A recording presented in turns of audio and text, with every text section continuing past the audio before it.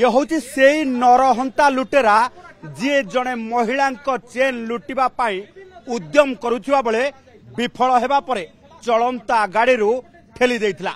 Airfield थाना अंतर्गत लवणगिरी छकरे एई घटना समस्त को मर्माहत करिथिबा बेले कमिशनरेट पुलिस दीर्घ समय धरिकी तदंत करने सहित पाखापाखि 400 सीसीटीवी को जांच करने परे सुदूर झारखंड अंचल राजा नायडू ओरफ झिंगुरु को गिरफ्त करिछि। यह होछि सेही झिंगुरु जो झिंगुरु एवं तार जने सहयोगी पुरी ठारू आरंभ करी खोर्धा एवं भुवनेश्वर कटक ए अंचल रे लुटपाट चलेबा सहित महिला को टार्गेट करी एकाकी जाउथिबा सुना चेन पिंधी महिला को एमाने टार्गेट करुथिले एवं परवर्ती समय रे सुना चेन झांपी नहीं चली जाउथिले।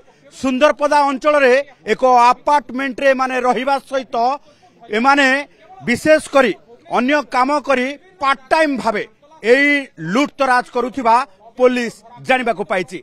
तबे झारखंड अंचल गिरफ होइतिबा ये झिंगुरु को परवर्ती समय रे रिमांड रे आनी पुलिस पचराउचरा करिबा परे आउ को मामला रे संपृक्त अछि ताहा जणा पड़िबो। तबे गोटे सीसीटीवी रु आरंभ होइतिबा ये तदंत परवर्ती समय रे व्याप्त होइतिला। तबे पाखापाखि 400 सीसीटीवी जांच करिबा परे एई सीसीटीवी जांच करू करू कमिशनरेट पुलिस रो स्पेशल स्क्वाड पहुंचीथिला झारखंड रो जामशेदपुर अंचल रे एवं शेषरे अभियुक्त को ठाब करने सहित से गाड़ी जरिया रे अन्य अभियुक्तर मध्य पत्ता पाइथिला। किंतु झिंगुरु को गिरफ्त करा जाइथिबा बेले अन्य अभियुक्त बाइक चलाउथिबा से अभियुक्त एबे भी फेरार रहिछि।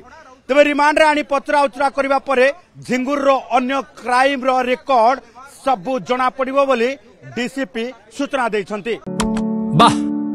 प्रगति गोल्ड मिल्क संपूर्ण उन्नत मानर दुग्ध।